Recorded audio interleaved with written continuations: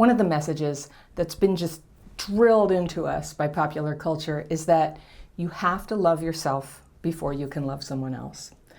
And this is something people usually tell you when you've had your heart broken and you feel totally worthless, right? And for a lot of years, every time somebody said it to me, I just would feel like I must be some kind of different species than everyone else. Because there were times when I didn't particularly love myself, and in fact, sometimes when I outright hated myself. But there was never a time when I didn't love some other people very, very deeply.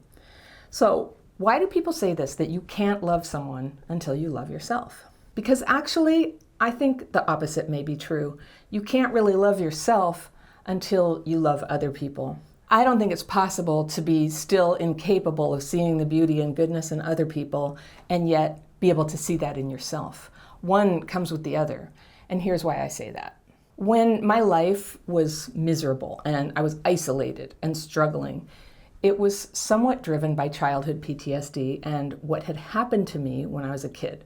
But mostly I was miserable because of problems that I was having with other people in present time then, as an adult.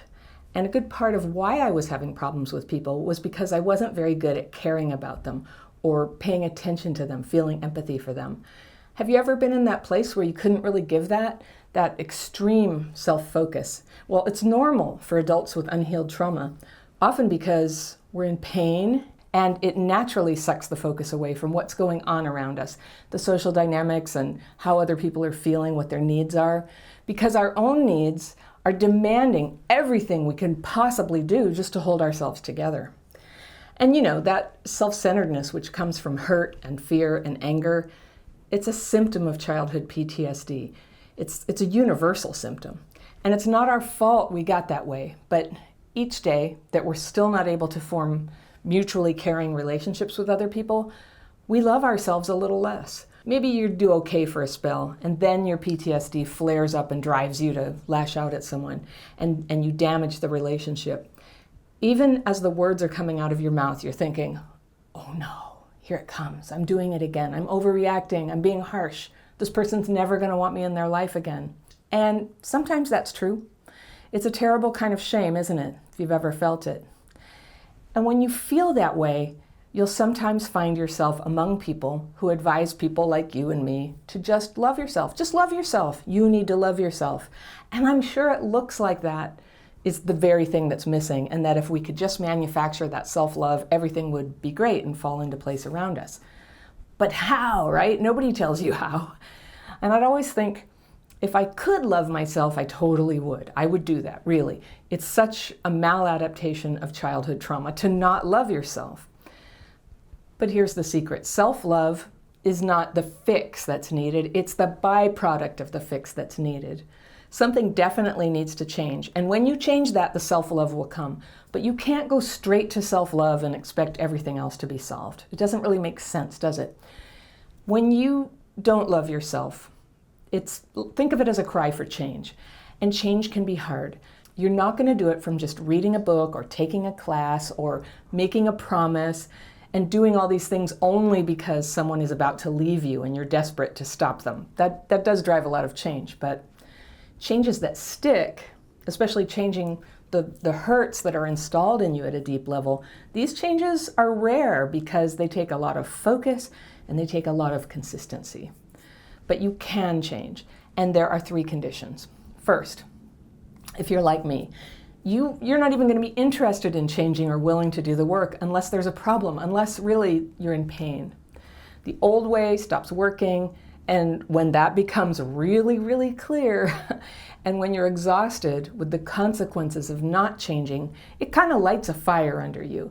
And it's going to make you feel sick of your life feeling empty, and you'll be sick of feeling scared all the time that you're going to lose even more, right?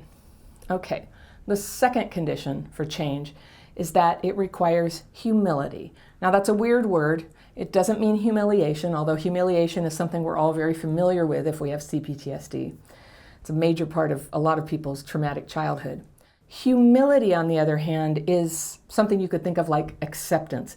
Humility is an ability to face a problem without defensiveness and without blame. Now, normally any kind of loss or failure triggers people, not just people with CPTSD, but all of us. And when we feel like we've done something wrong, we will often be tempted to start pointing fingers. And sometimes shifting that requires coming down a level. And you know that phrase, get off your high horse? It's like coming down to everybody's level. And instead of saying, well, you did this to me, or what do you expect after what happened to me? Instead, down at everybody else's level, you can soften your heart and be aware that you made a mistake, like everybody does. So maybe you have a harsh behavior that sometimes hurts people. For you, it could be anger, or trying to control people, or criticizing them, or ghosting them when you feel uncomfortable. So that would be a time to come down a level. But humility can also involve a step up, where you stop seeing yourself as this pitiful loser who's hopelessly damaged by childhood trauma and who can't possibly be expected to recover or change or show up for people. I've done that, can you tell? Because that's not true either. So humility is a gentle acceptance of reality. You come down from that blaming others, you come up from blaming yourself. And it's a beautiful state where you just kind of drop all the BS and the blame and the self-attack and just be with the truth of your situation. This is a powerful antidote to shame, just facing the problem humbly. We hurt people, we make mistakes, and we're strong, resilient, kind-hearted people who can make good on that. We can heal and bring more of our gifts to bear in contributing positively to the people around us. That part feels good. Humility goes a long way toward making it possible for us to make that change and to change the things that we didn't love about ourselves. All right, but here comes the third and hardest condition for change, and it's effort. If we're going to change, we're going to have to work at it. There's just no way around it. A desire to change, the courage to face honestly where we are now, and the willingness to work consistently, daily sometimes, deeply sometimes, and beyond our comfort zone. These are the things that work. These are the conditions: pain, humility, and effort. We hurt, we stop making excuses, then we do our best, right? So not rocket science, kind of logical. Now, these are not things that are just going to change automatically because you decided to change it. It's not rocket science, but change is hard. So these criteria, these conditions for change will set you up for a radical transformation over time. And I know this because I have both changed and I've failed to change many, many times. And when I've successfully changed, this is how I did it. I am today miles and miles beyond where I was in the beginning of my healing. And I have a long way to go. I don't even know where I need to go, just like everyone. But I'm way past the highest point that I thought was even possible for me in my life.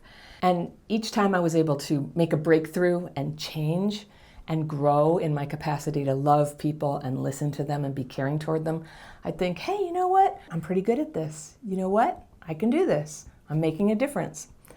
And when this is happening, I'm feeling it because I'm doing it. It changes everything. And I discover that I love myself.